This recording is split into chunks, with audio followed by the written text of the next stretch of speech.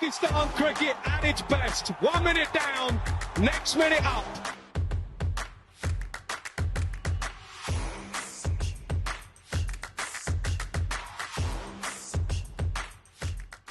Thanks very much, everybody, for joining me once again. Saj Siddiqui bringing you another exclusive interview for PakPassion. Absolutely delighted to be joined by my guest today, a fantastic South African batter. 18 tests, scoring nearly 1,000 runs, 71 ODIs at a brilliant average of 50.13, played 57 T20Is at a very impressive average of 33.47. He's a very popular pick all around the world in the CPL, the PSL, the IPL, and many other tournaments. And he's out in Canada at the moment where he's going to be playing in another franchise tournament. Delighted to be joined by the one and only Rassie van der Dussen. Rassie, thanks very much for your time. Yeah, perfect. Thanks for having me. Rassie, World Test Championship win for South Africa. That must be huge. I know it's sort of in the past now and we've moved on to a new cycle, but great achievement for South Africa, wasn't it?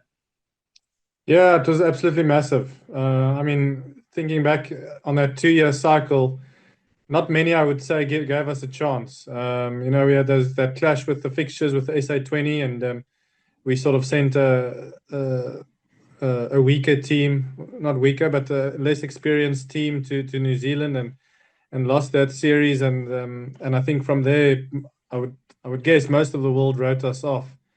And the way the guys fought back just every series, every match, it was actually incredible to see. So yeah, I mean, to finish it off with a win, it was one of those things. They never gave us a chance to get to the final. Then we got to the final, and they never gave us a chance to win because everyone just assumed Australia would win. And I think it's just a testament to that South African character and fight that's I suppose inherently part of us. And on that match, the guys were brilliant and massive achievement for South Africa as a country in cricketing spheres, ICC trophy with all the history that we've had. So just it was incredible. Whatever the sport, Rassie, winning a trophy is great, but retaining a trophy, that's what all great managers and captains and players say is even more difficult. I guess this time around, all eyes are going to be on South Africa, and it's going to be pretty tough to retain it. Yeah, definitely. I think, it's always when you win, there's a target on your back, and people are waiting for you to fail or have a misstep or lose a series in that case. So very challenging series coming up, 2 of them in the subcontinent, Pakistan first and then India. So, that's as big a challenge as you probably get. Australia, you face the seamers with the ball bouncing and swinging, same in England. And then subcontinent, you got the spinning wickets of Pakistan, and then India, you never know what you're going to get these days. So 2 very difficult series, but I think the guys will be confident coming off this winter, obviously winning that championship match, and it's going to be great cricket. Just focusing on the Pakistan 2-test series, Rassie. Obviously, you've played in Pakistan in the test format. You probably don't want me to remind you what the results were, but I think you know what the results were last when you were there. What are the challenges of playing test cricket in Pakistan for a South African cricketer? I think it's the same as any good, successful test nation. Pakistan is very good in playing in their own conditions, as is most of the top 4 or 5 teams. You go to Australia, it's tough to win there. Go to England, it's tough to win there. South Africa, same thing. So Pakistan in their own conditions, very tough to beat. They know how to bat there. Those conditions, they know how to bowl, and the reverse swing becomes a big part there. In the last Test series against England, the spinners played even more of a role than traditionally. So, and they pick their team, they set their team up for their strengths, which is what you should do in Test cricket. So, I think it's going to be a very tough series for us. We've got a guy like Simon Harmer back, so I'm expecting big things from him.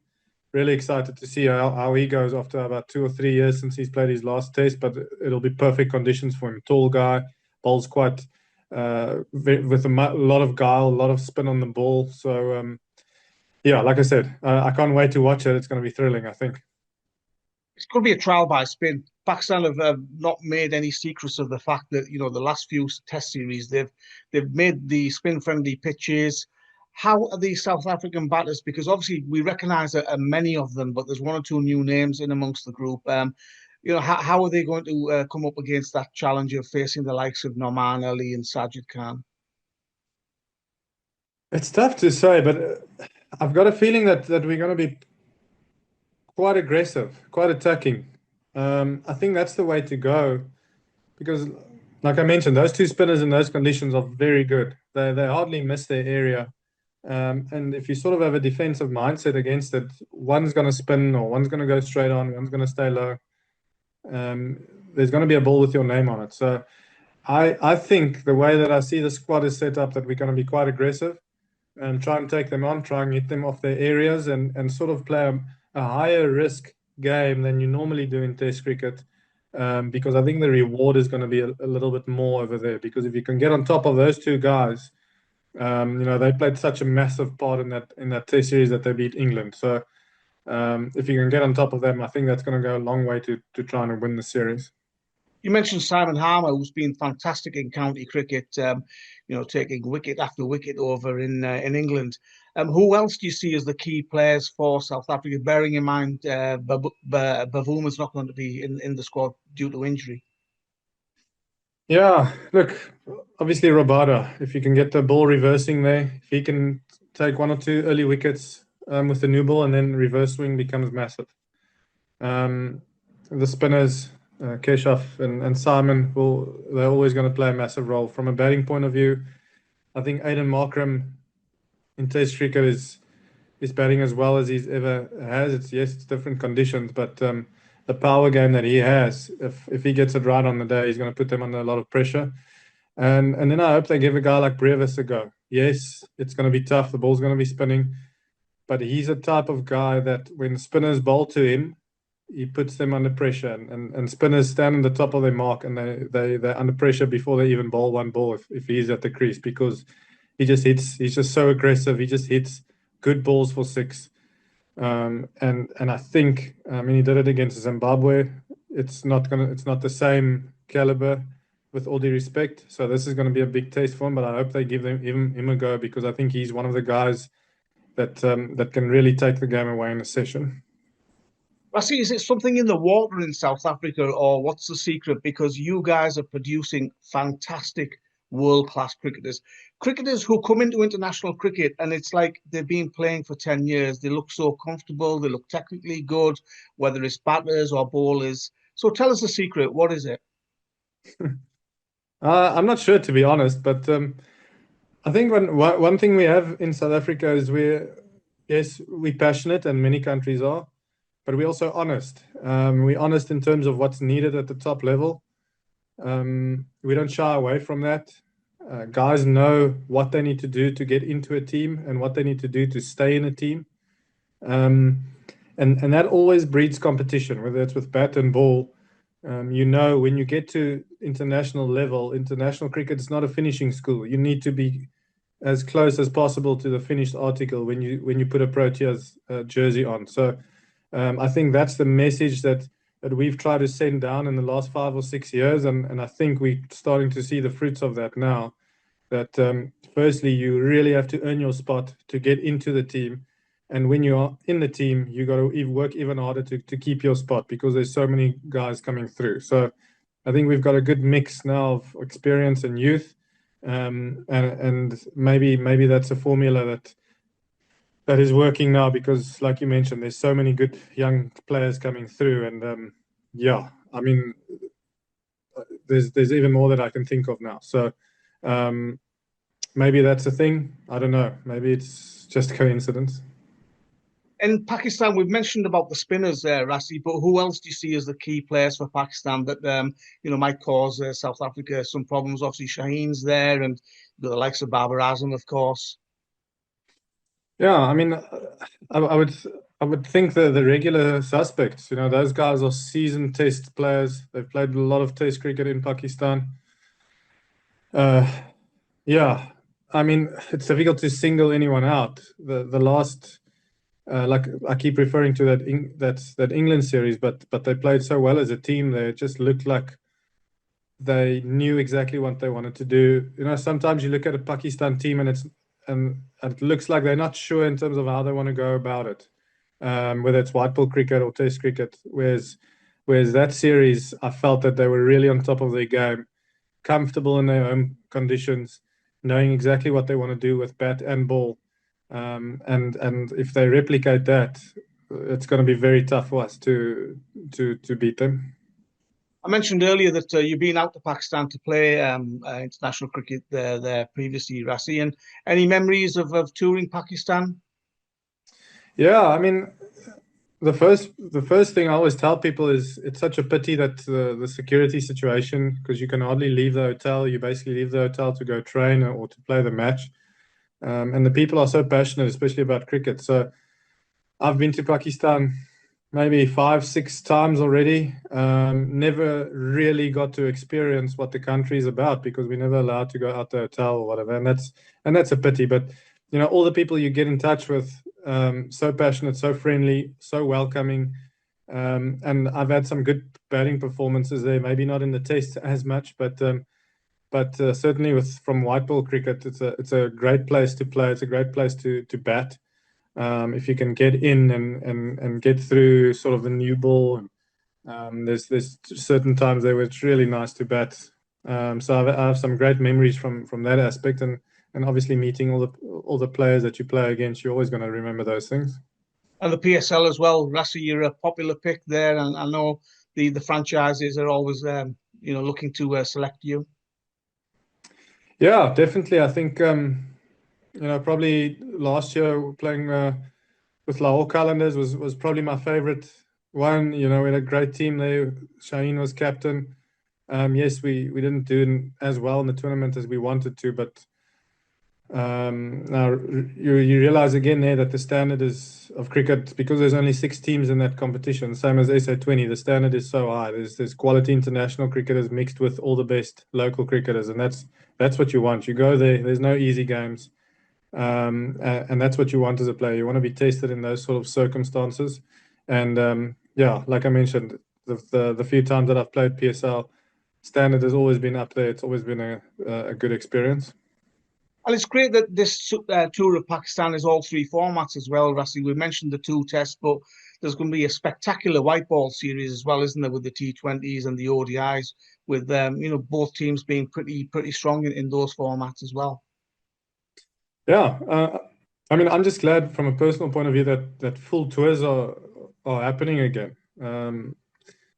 We've played so many bilateral series in the last 4 or 5 years, but it's sort of the exception that you get to play all formats, and I think that's a great thing, because you for the next month to 4 to 6 weeks you're going to be coming up against these guys, and oftentimes it's those contests in the latter games that is really interesting, because now you've played against the guy for 4 or 5 matches already. You know exactly how he's going to try and get you out. You know exactly what your plans is, and vice versa. So that becomes really intriguing across formats. And I'm glad we sort of, in terms of the schedule, are getting that back.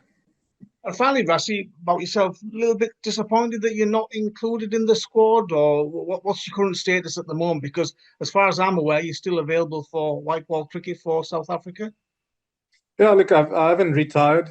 I think the team is in a situation now where, apart from the test team is in a bit, that team is quite settled at the moment. But the white ball formats, I think, is in a situation where different guys are getting a go. Different guys are having a look in to really stake a claim for there's World Cups coming on and so forth. So, of course, you'd always, from a personal point of view, like to be in the team. But I do understand where the coaching staff is coming from and the selectors. And like I mentioned earlier, competition is always a good thing.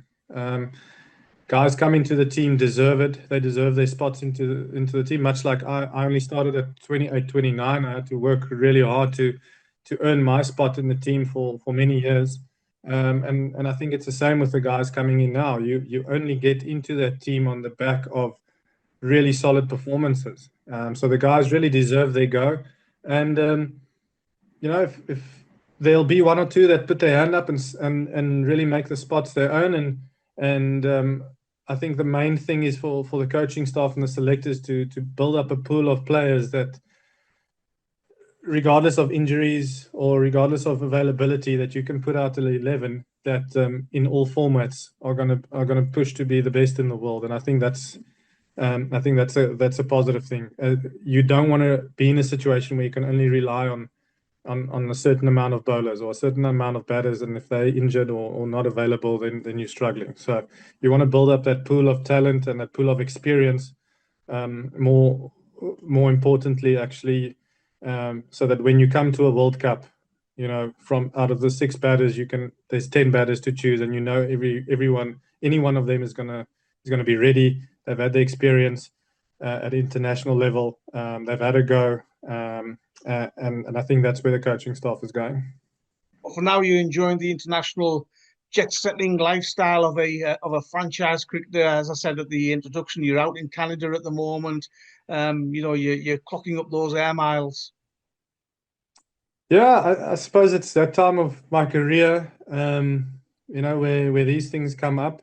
I'm still contracted to Cricket South Africa, so you know, that's where my first priority will still lie for at least the foreseeable future for now. But opportunities come, and these days there are a lot of leagues going on, so you know, it's fun to play in these leagues.